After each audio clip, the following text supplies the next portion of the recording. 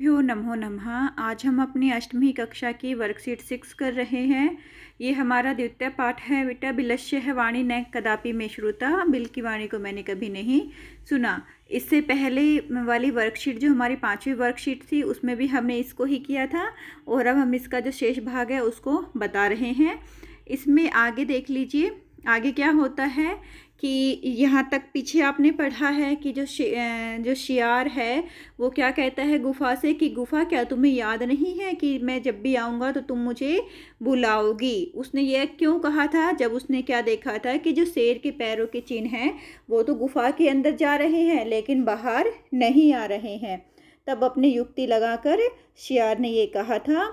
उसके बाद जो शेर है वो क्या सोचता है? शेर सोचता है कि भाई ये गुफा वास्तव में हो सकता है बुलाती हो अपने मालिक को, लेकिन मेरे डर से नहीं बुला रही हो। ठीक है बेटा, मेरे डर से नहीं बुला रही है। तो उसके बाद हम नेक्स्ट आगे पढ़ रहे हैं। तद अहम अश्य आहानम करोमि, तो मैं इसका आहान करता हूँ, अर्थात मैं इसको बुलाता हूँ या मैं इसको पुकारता हूँ। एवं इस प्रकार सहा बिले परविश्य में भोज्यम भविष्यति ही, इस प्रकार वह गुफा में प्रवेश करेगा। ठीक है, सहा बिले परविश्य, वह गुफा में क्या करेगा? प्रविश्य करेगा, प्रवेश करेगा। प्रा उपसर्ग है बेटा और विश धातु दृष्ट धातु है और लय प्रत्यय है। ठीक है, प्रविश्य में वह प्रवेश करेगा। मैं भोज्यम भविष्यति, और मेरा भोजन होगा। ठीक, ये आगे समझ में कि शेर क्या कहता है कि ठीक है भाई मैं इसको बुलाता हूँ और वो जैसे ही वह गुफा में आएगा मेरा भोजन बन जाएगा, अर्थात मैं उसको खा लूँगा। नेक्स्ट है इत्थम विचारी है, ऐसा सोचकर। इत्थम जो ये है बेटा सारे अव्यय शब्द हैं, इनको आपको अपनी नोटबुक में लिखना है। एवं, इत्थम, सहसा, उच्च ही, ततः। ठीक है, ये सारे शब्द क्या हैं? अव्यय शब्द हैं और इनको आपको अपनी नोटबुक में लिखना है। अव्यय शब्द क्या होते हैं वो मैं आपको पहले बता चुकी हूँ।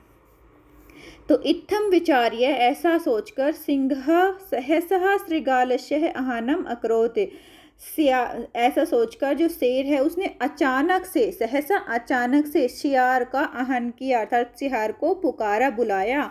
सिंहस्य उच्च गर्जनम प्रतिध्वनितः, शेर की उच्च गर्जन की प्रतिध्वनितः सुनकर सहा गुहाम उच्च ही श्रृगालम आहायते।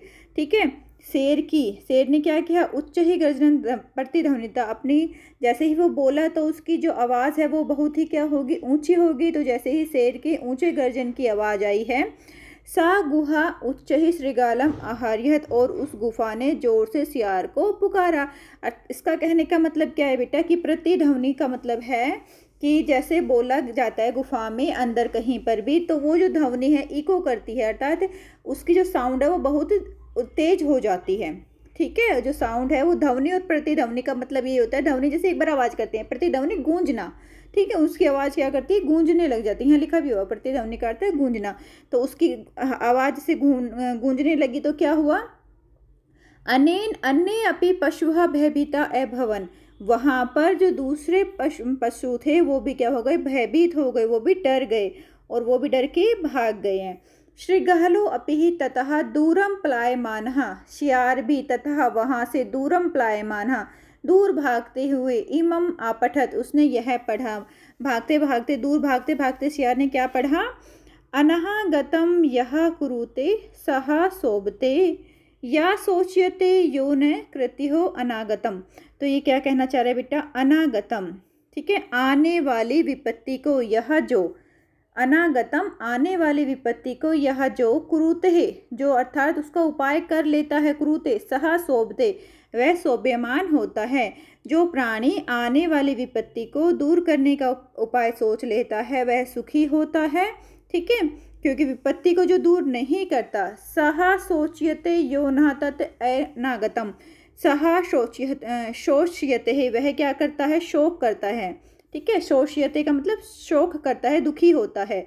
यो ने, जो नहीं करता, क्या नहीं करता? करोति अनागतनम, इसका संधि विच्छेद करेंगे तो करोति आ जाएगा, अन अनागतम हो जाएगा। जैसे ऊपर ये है ना अनागतम, ऐसे ही हो जाएगा बेटा, अनागतम, नहीं करता है। तो वह व्यक्ति शोक करता है। कौन व्यक्ति? जो विपत्ति को दूर करने का उपाय नहीं करता है। इस श्लोक का भावार्थ यहाँ से पढ़ लेना बेटा। आपको वैसे समझ में आ गया होगा कि जो व्यक्ति विपत्ति को दूर करने का उपाय कर लेता है वह शोभ्यमान होता है, और जो नहीं करता है वह दुखी होता है और शोक को प्राप्त करता है। वंशस्ते अत्र संसंस्तहम समाह गतः जरा। वने, वने इस वन में, सप्तमी विभक्ति है वने में, वने अत्र इस वन में, यहाँ पर, संसस्तः रहते हुए, ठीक है बेटा, संसस्तः रहते हुए, समागतः जरा मुझे बुढ़ापा आ गया है। जरा का मतलब होता है बुढ़ापा, कि इस वन में रहते हुए मुझे बुढ़ापा आ गया है। बिलस्य वाणी न कदापि में श्रुता, मैंने बिल की वाणी को कभी भी नहीं सुना। तो ये जो श्लोक है बेटा, ये कौन कह रहा है? ये शियार कह रहा है, दूर भागता हुआ शियार कह रहा है कि जो व्यक्ति आने वाली विपत्ति को दूर कर लेता है वह सुखी होता है, और जो दूर नहीं करता है वह दुखी होता है। मुझे यहाँ पर इस वन में रहते हुए बुढ़ापा आ गया है, लेकिन मैंने कभी भी गुफा की आवाज़ नहीं सुनी है, या मेरे द्वारा गुफा की आवाज़ नहीं सुनी गई है। यहाँ पे हमने इस चैप्टर को पढ़ा है बेटा। इसमें हम इसका अभ्यास कार्य कर लेते हैं। पहला जो है इसमें अन्वय मैंने आप लोगों को बता ही दिया है कि इस पद में आपको अन्वय जो है वो अपने नोटबुक में लिखने हैं। इसके अलावा एक जो ये श्लोक दिया हुआ है बेटा, उस जो हमने पीछे अभी भी जस्ट श्लोक पढ़ा है उसका ये अन्वय है, ठीक है, श्लोक का ये अन्वय है, और ये अन्वय हमने इसमें फिल करना है। यह अनागतम कुरुते सा शोभते, यह अनागतम कुरुते सा शोभते, अर्थात जो विपत्ति आने से पहले ही उसका उपाय सोच लेता है, सह शोभते वह सुशोभित होता है। तो यहाँ पे यह दिखाई दे रहा है आपको। उसके बाद इसमें रिक्त स्थान है, तो रिक्त स्थान को आपको पूर्ति करनी है। तो यहाँ पे फर्स्ट नंबर पे क्या आ जाएगा बेटा? यह अनागतम कुरुते सा शोभते, पूरा हो गया अन्वय। अब ऐसे ही आपके एग्जाम में आएंगे बेटा, यह अनागतम ना करोती। अब देखो, यह अनागतम ना करोती, और जो पहले उपाय नहीं करता है वो क्या करता है? सह सोचते, वह दुखी होता है। तो यहाँ पे सेम सेम इतना तो हमारे पास बिल्कुल सेम सेम दिखाई दे रहा है आपको।